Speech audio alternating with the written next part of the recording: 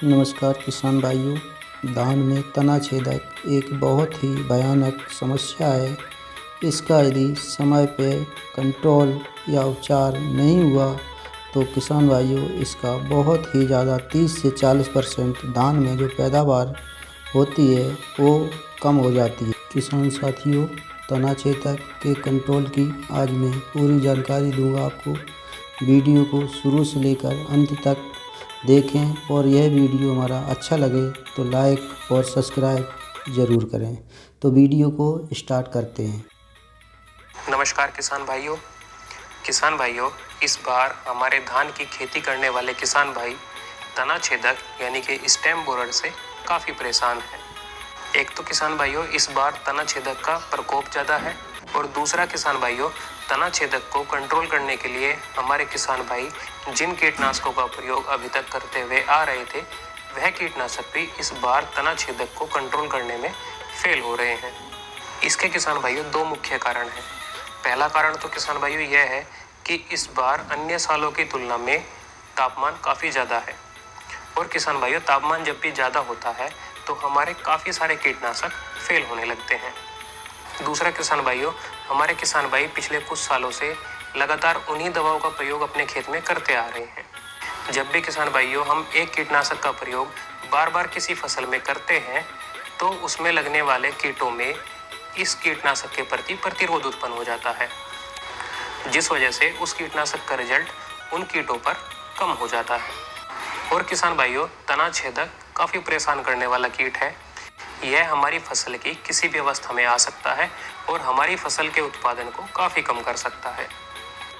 यह अगर हमारी फसल की शुरुआती अवस्था में आ जाए तो यह हमारी फसल की मुख्य गोब को काट देता है, जिस वजह से हमारी फसल की मुख्य गोब सूख जाती है, जिसको डेड हार्ट की समस्या भी कहा जाता है। वहीं किसान भाइयों अगर यह बाली बनने की अवस्था में आए तो यह बाली को नीचे से काट देता है, जिस वजह से बाली तक पोषण नहीं पहुंच पाता और बाली सफ़ेद हो जाती है और बाली के अंदर दाने नहीं भरते।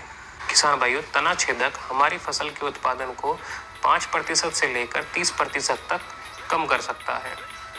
इसी समस्या से छुटकारा दिलाने के लिए किसान भाइयों इस वीडियो में हम आपके लिए कुछ ऐसे कीटनाशकों के बारे में जानकारी लेकर आए हैं जिनका प्रयोग अगर आप अपनी फसल में करेंगे तो आपकी फसल से तना छेदक और पत्ता लपेट 100% खत्म हो जाएगा। किसान भाइयों सबसे पहले नंबर पर जो कीटनाशक आता है वह काफ़ी जाना पहचाना है। वह है किसान भाइयों क्लोरेंटानिरिप्रोल, जिसको हमारे किसान भाई कोरोजन के नाम से जानते हैं। हालांकि और भी कंपनियां इसको बनाती हैं, लेकिन हमारे किसान भाई कोरोजन के नाम से ज़्यादा पहचानते हैं। इसकी किसान भाइयों 60 ml प्रति एकड़ के हिसाब से मात्रा लेकर आप अपनी फसल पर इसका स्प्रे करके तना छेदक और पत्ता लपेट से अपनी फसल को बचा सकते हैं।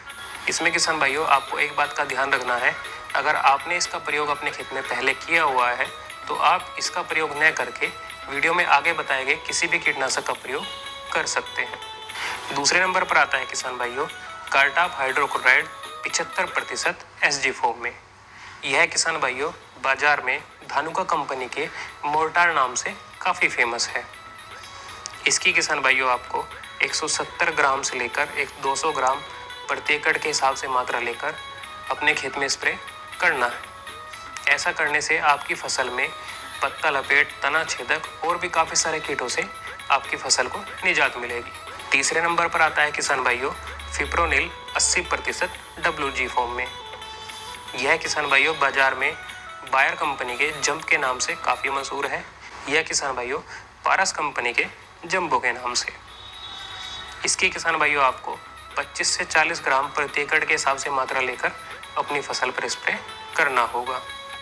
चौथे नंबर पर आता है किसान भाइयों फिप्रोनिल 5% SC फॉर्म में, जो बाजार में लिक्विड रिजेंट के नाम से काफ़ी मशहूर है। इसकी आपको प्रति एकड़ के लिए 500 ml की मात्रा लेनी होगी।